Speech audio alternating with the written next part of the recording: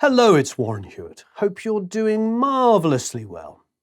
Please, as ever, subscribe. You can go to producelikeapro.com and you can sign up for the email list and get a whole bunch of free stuff. And also we have the Academy there, which is a lot of fun. And it's there's a monthly or there's a yearly. Each month we mix a brand new multi-track and we do mixed critiques every single week. So it's a lot of fun and we talk production and all kinds of wonderful things. So, what are we going to talk about? There are several things that come up over and over again, and I think this is a really incredibly important topic for us. And it's this: there is no one way to record. There is no a right way or wrong way to record. Now, you might ask, why am I talking about this? Well, at Produce Like a Pro, the reason why I started this YouTube channel is I wanted a place where we could have a sense of community where everybody would help each other out.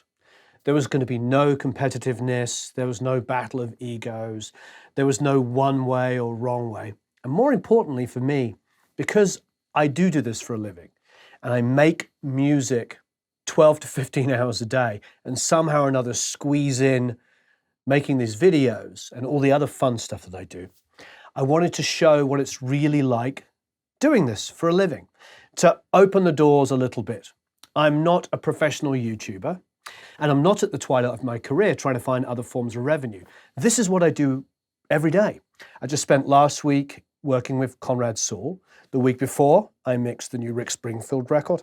And in between all of that, I'm working with independent artists and other major label artists. It's really a wonderful blessing to be able to do music. So, getting back to the point. I have noticed a proliferation, not just on my channel, but on lots of people's channels, where a lot of people are very short with each other when it comes to specific genres and different recording techniques. What do I mean about this? Well, for instance, maybe somebody records a band like a heavy rock band, and they use a lot of compression, a lot of EQ, a lot of in-your-face sounds. I'll read a quote like, "That's not how the Beatles recorded. They only used 4 tracks." I agree. The Beatles did not record like that. The Beatles are one of my favorite bands. Probably a lot of people watching here, one of your favorite bands, and rightly so. Some of the best songwriting ever. Some of the best performances ever. Just incredible stuff. However, if I'm going to be doing a 180 BPM speed metal track with double kicks going absolutely insane, I am not going to be recording it with 2 or 3 mics in a room and capturing performances and doing 1 or 2 overdubs. I'm probably going to be close micing every single drum and EQing, compressing so that I can hear every single articulation of those fast drum attacks. Not to mention like a wall of Marshalls or whatever it might be, just a wall of heavy guitars in your face, have to be recorded a very specific way. The genre is dictating how that should be recorded because that's how it sounds. That is what the audience wants. That's what they love, what they expect. In metal, they want to hear it in your face. And there's plenty of you out there that are great experts in metal and you can talk about all the different techniques. If you want to do country music, you do acoustic country music. The way that's recorded might be 1 or 2 mics in a room. Might be at the same time an acoustic guitar and a live vocal, a folk track, a country track, because you have a lot of depth in that. And then you may do 1 or 2 mics on a drum kit. Jazz, for instance, is another example of that. If I was to record a jazz band, which I've done many, many times, I might record with very limited amount of microphones. Maybe a kick, a snare, a pair of overheads, a really balanced drummer, bringing out all of the different elements just being picked up by the overheads primarily in the kick and snare. Maybe I'll have some room mics as well, picking up the whole band performing in one room, and then maybe 1 on a sax, 1 on a trumpet, 1 on a stand-up bass, 1 or 2 on a piano. The point is I might end up with 6 to 8 to 10 mics maximum to record 5 people. The reality is it's all, as we like to say in England, horses for courses. What is the end result? So you've seen, if you watched my videos, hopefully you've seen a lot of them. If not, please do. Go and check out the Brent Fisher recording. with Matt Brownlee. We did horns and strings. I've done those kind of sessions many, many times in my life. I've recorded quartets, I've recorded orchestras, I've recorded live pianos, I've recorded rock bands, I've recorded bands using bias, axe effects, Kempers, I've recorded live amps, I've recorded amps in rooms, I've recorded rock bands with 2 microphones in a room because I wanted the Stooges. The point is what are you going for? There is no one way. So when you watch a video or you listen to a piece of music and it's not in your genre, it doesn't make it wrong. It doesn't make it wrong. In fact, I challenge you as producers and engineers and mixers to learn all the different kinds of genres. I've been fortunate in rock to work with a popular rocky band like Black Veil Brides or Aerosmith or Ace Frehley or Korn. I've done all of those different, and lots of independent bands as well. I've done all kinds of different versions of rock.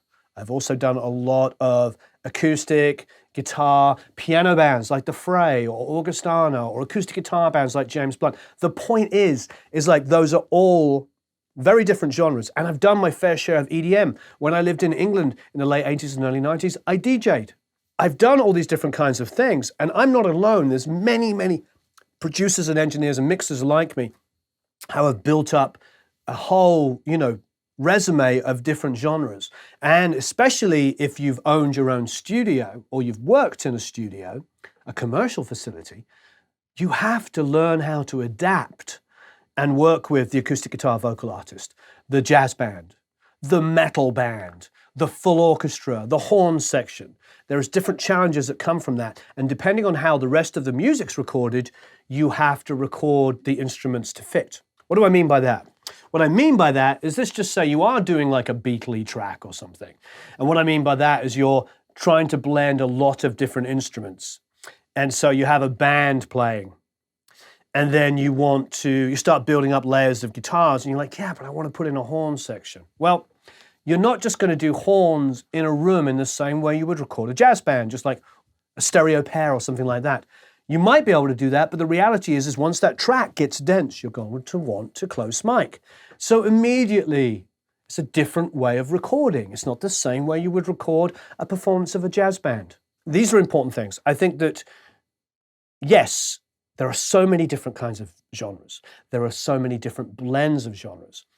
But the skill should be learning how to work in all those different genres. Because if you want to do this for your career and be a professional producer, engineer, and a mixer, you've got to learn all of these different things. Similarly, when we did the mastering course with Warren Sokol, very successful. People loved Warren's work. People love Warren's videos. But people made comments of like, oh, I hate hip hop, or I hate EDM, or I hate pop. I can't believe you have to work on this stuff. He's a mastering engineer. So I've been fortunate to talk to wonderful mastering engineers. Howie Weinberg, Warren Sokol, Brian Lucy, many, many others. I'm good friends, obviously, with Adam Ayen, Gavin Lurson, Ruben Cohen. There's all these wonderful mastering engineers that we get to interact with. And for me, it's great because as a mixer, a mastering engineer is like the last line of defense. He takes your song and he comes back to you and goes, oh, too much low end, not enough of this, not enough of that, scoop this. It's great to have the ears of a skillful mastering engineer. But every single one of those mastering engineers, if you go and check out their resumes on AllMusic, which I highly recommend, go to allmusic.com. That's www.allmusic.com. So if you go there, type in the name of your favorite producer, engineer, or mixer.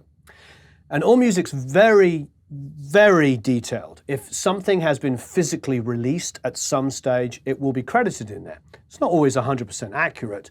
I've got 300 or 400 credits in there, but obviously I've done more records than that. But some of the independent releases or the digital only like remixes and things like that don't get mentioned. But if it's a decent enough album, it will come out and be listed in there. So go do it, go check it out, and go and look at guys like Warren and Howie and Gavin and Brian, and they are the most eclectic lists of bands, artists, you name it. So a professional mastering engineer and a professional mixer, but predominantly a professional mastering engineer, works with all kinds of genres. So they have all of those challenges where they have to, in hip hop, get incredible low end.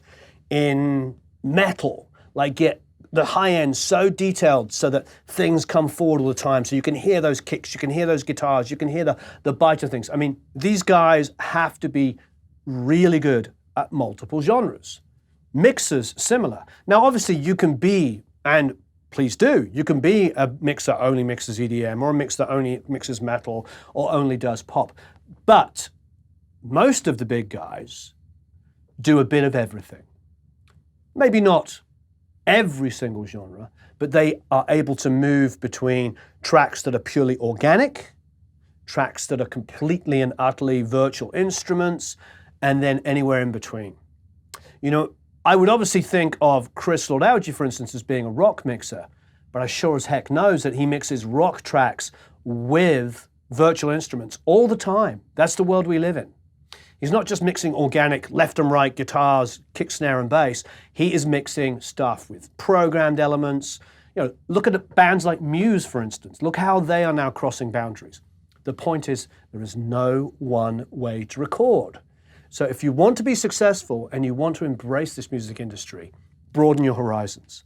Broaden your horizons and learn how to record acoustic guitar and vocal, learn how to record a live band, learn how to record a multi-track, learn how to use samples along with live instruments. Do everything. Get yourself really immersed and be accepting of other genres and other ways of recording, because you're going to learn so much faster. I recently got to speak to Eddie Kramer at length, and he, like Chris Lord-Alge, talked about committing tracks, committing ideas to tape, to DAW, committing those ideas so that you can build incredible productions, rather than just generically recording lots of ideas and then trying to figure it out in the mix. He likes the idea of committing. And that's a thing that comes up a lot in conversation, and trust me, we'll do a whole section on that and we'll use a lot of examples. But the reason why I bring that up in this situation is when you come to mix somebody else's stuff and they've committed these kind of things, it will open your eyes. There's a blessing that these guys had that is very difficult to find now. And what is that? Well, the studio system was vast. Eddie started at Advision in '61. I can't remember when Chris started, but probably late 70s. Jack Douglas started in New York in the late 60s. Jay Messina, the same thing. In England, of course, Advision, of course, was in Bond Street in London, where Eddie started. All of these different producers and engineers started in these incredible places like LA, Nashville, New York, London, you name it, Manchester, Liverpool, Paris. They had these incredible studios, and every day was a new challenge. In came the orchestra, in came the big band, in came a rock band, in came a folk act, and they had to learn all of this kind of stuff. So that opportunity is not afforded to many of us anymore. Those studios are few and far between, but create those opportunities for yourself. You often hear people talk about Malcolm Gladwell and the 10,000 hours. Well, do your best to create that opportunity for yourself. Challenge yourself. If you're in a small town and there's a bar that plays like folk artists, go down there. Go down and see the folk artist. Find a girl or a guy that you think is talented and offer to record one song for free. I'm a firm believer in that old English saying, the proof of the pudding is in the eating. It's a funny old saying, but what does it mean? It means you can talk about recording, just go out there and prove it. Go and find an artist like that, if it's outside of your genre. Or opposite, if you're doing acoustic folky stuff, find a rock band, work with a rock band, challenge yourself. Because if you want a career like all of the guys and girls we're talking about, an actual career, you're going to want to expand your horizons. Now, there's several reasons for this. There's plenty of you that probably do hip hop or probably do heavy rock and actually do fairly well at it. I'm sure you do. But what is my other logic for it? And we'll touch upon this in other videos, but I think it's worth finishing up on. There's another logic for embracing other genres. It's called growth. It is called growth, not just in your own abilities, of course, but in the artists you work with. Part of your job, if not a huge part of your job, I should say, is to bring out the best in the artist. It is not only to capture it, sometimes it is just to capture something incredible, But ultimately, you are there to encourage, you are there to create an environment where they can come and bring their best performances, and you're there to inspire. And so if you, even if you're a metal guy, or you're a pop guy, or a hip hop guy, or a acoustic guitar, vocal, jazz, if you have an understanding of other genres and other ways of recording, if they want to touch on that, that is huge. I feel like every genre ever is a blend of another genre. There was classical music. There was European classical music. And then there was folk music, which was probably lower class music, probably working class folk music, English folk music, Irish folk music from France and from Germany and from everywhere else in the world. And that folk music blended with African tribal music that was coming in, obviously, to America. What did that give? That created a thing called a banjo. I don't know if many of you know. You can look it up historically, and I'm going to get this slightly wrong, but the banjo is a combination of a bajo, I think it's called, which was like an African instrument, and then it's been sort of turned into this country instrument. But it came as kind of it came from African roots mixed in with Irish and English folk music and many other things as well, don't get me wrong. The point is everything is a blend. Jazz is where blues, traditional blues and gospel and working, the songs that the songs that were sung in the fields met with European classical music because they're classical instruments. Suddenly they're playing stringed instruments, double basses and horns that were associated with orchestral music, but then they bring in this blues, gospel, this beautiful music of the plantations, all comes together. And what do we get? We get jazz. We get arguably one of the most important things that happened in the 20th century. The jazz age, it's got its own period, for goodness sake. And we bring in, gives birth to all of the greats, right through all the bebop guys, the Charlie Parkers and the Miles Davises and all of that. That stuff is just incredible. Charlie Christian as a guitar player is a huge influence on rock guys.